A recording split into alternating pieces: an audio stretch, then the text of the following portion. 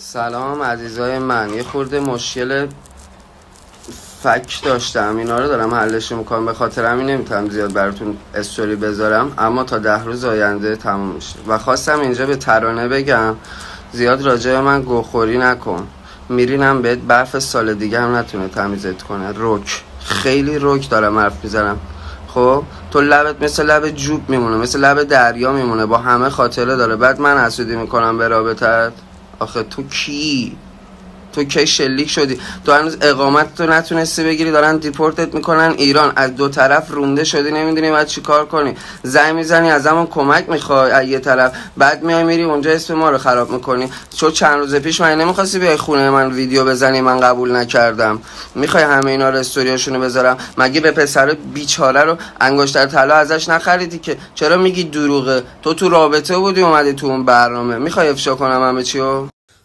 بچه اگه من نمیام زیاد صحبت کنم به خاطر اینکه اصلا من حرفامو همونجا تو روی بچه‌ها و همه‌شون حرفامو زدم. الان به قسمت 25 دیگه همه اومدن تو شواف، همه دارن خودشونو توضیح میدن. دیشب تناس چی داشت میگفت، یا ترانه یا کسای دیگه.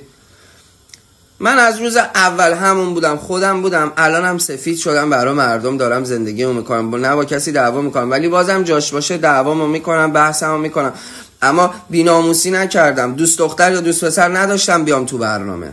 آره اینا رو نداشتم. با کسی رفتم تو رابطه، صدمو گذاشتم، اگه بد اگه خوب دیدم داره بد میشه کشیدم کنار. لاشی نبودم، فیلم بازی نکردم و فیلم بازی کردن اصلا دوست ندارم. قیافه من شبیه کسایی نیست هستم بخواد فیلم بازی کنم.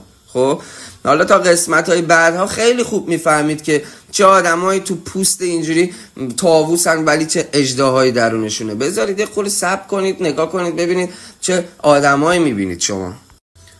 این حرفم واسه بچه‌های عشق ابدی، کسایی که شرکت کردن. ببین بین 15 نفر آدمیم، خب جایی که بیایم خودمون رو خراب کنیم، بخوایم هیت بخریم واسه دیگری، باید ما مثل خانواده کنار هم باشیم. نه که برنامه تموم شده، ماهرخ که با اون صورتش همه جلو دوربین استوب میزنه، اینو میگه استوب میزنه، اونو میگه. بابا ول کنید دیگه زندگی. مگه شما نبودید میگفتید مدلم، اینفلوئنسرم، نمیدونم الم بلم فلانم؟ برید دنبال کار و زندگیتون دیگه. صفحه اینستاگرام باز میکنیم 1000 تا استوری دارید میذارید، یعنی غیر از این اینستاگرام شما هیچ کار دیگه ای ندارید. به خدا ندارید.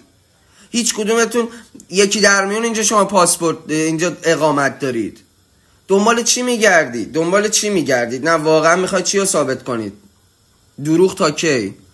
خودتو داری گول میزنی، منو میخوای گول بزنی، 1000 نفر یه ملت رو میخواید گول بزنید؟ بی خیال دیگه.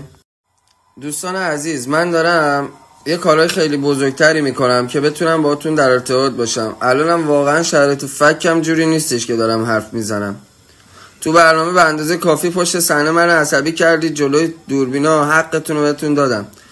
اینجا نکنید، به خدا قسم. بچه‌های عشق ابدی، فقط بچه‌های عشق ابدی. ببینم به کسی نمیرسه که داره راجع به من انتقاد میکنه یا میخواد از طرف من بره بالا، دوربینمو باز میکنم، بعد خرابت میکنم. هر کی که میخوای باشی باش. و یه چیز دیگه راجع به لورها بگم. لورها و کردا، کل قومیت‌های ایران، همه قوم‌های ایران تاج سر منن. حالا من یه حرفی زدم فکر نکنید من اومدم مثلا بخوام قومی رو، مگه دیوانم بخوام بیام راجع به لورا بد بگم؟ مگه کسخلم بیام راجع به لورا بد بگم؟ مگه لورا بدن اصلا؟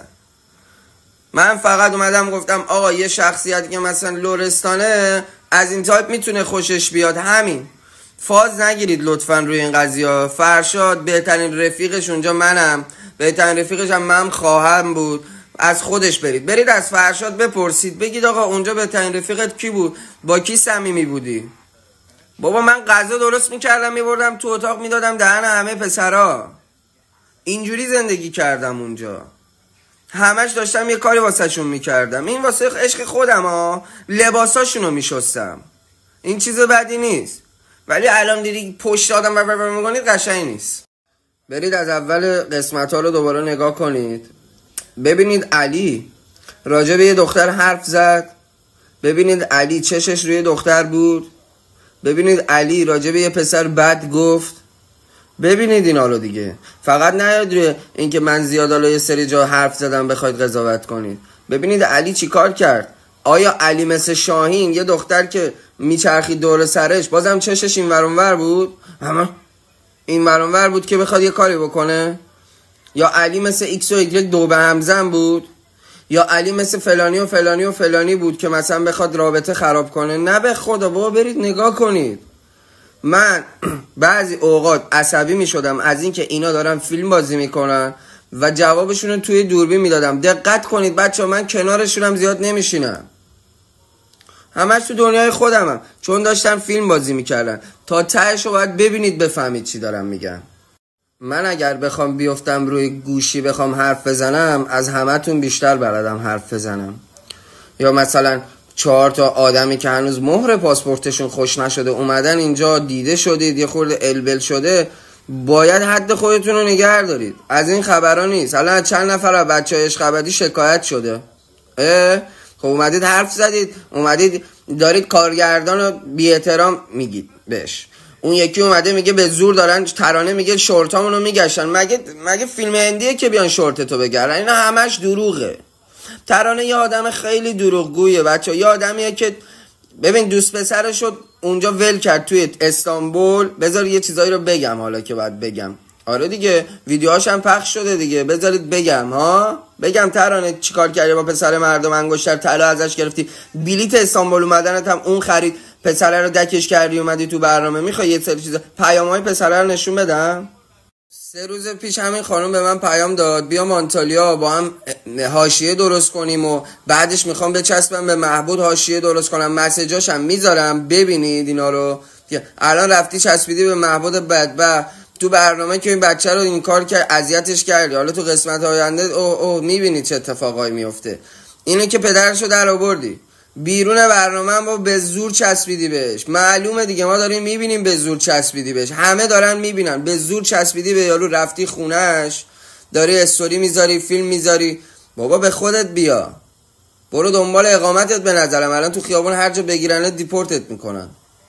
معروفیت به چه قیمتی بابا؟ یه خوره به خودتون بیاید بفهمید چه خبره.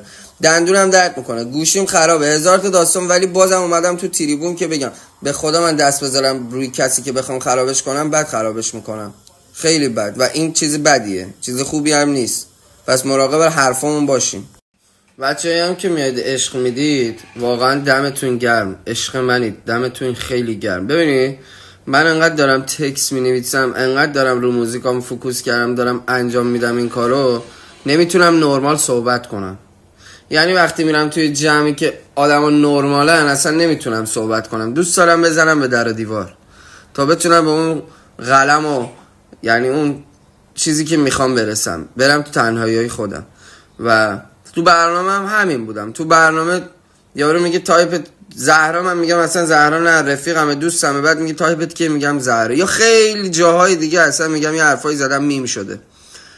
خالق مخلوقات مثلا، اینا چیزای باحالیه. من خودم اینم انقدر حال میکنم چون میدونم دارم چی کار میکنم، کجام، شرایطم چیه، چون خودم رو بلدم، خودم میدونم کجام، برای همین میگم اوکیه. همین.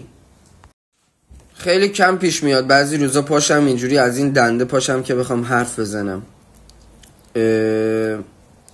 واقعا دوست ندارم راجع به بچه‌ها بد بگم یا بخوام تخریبشون کنم یا بخوام اذیتشون کنم.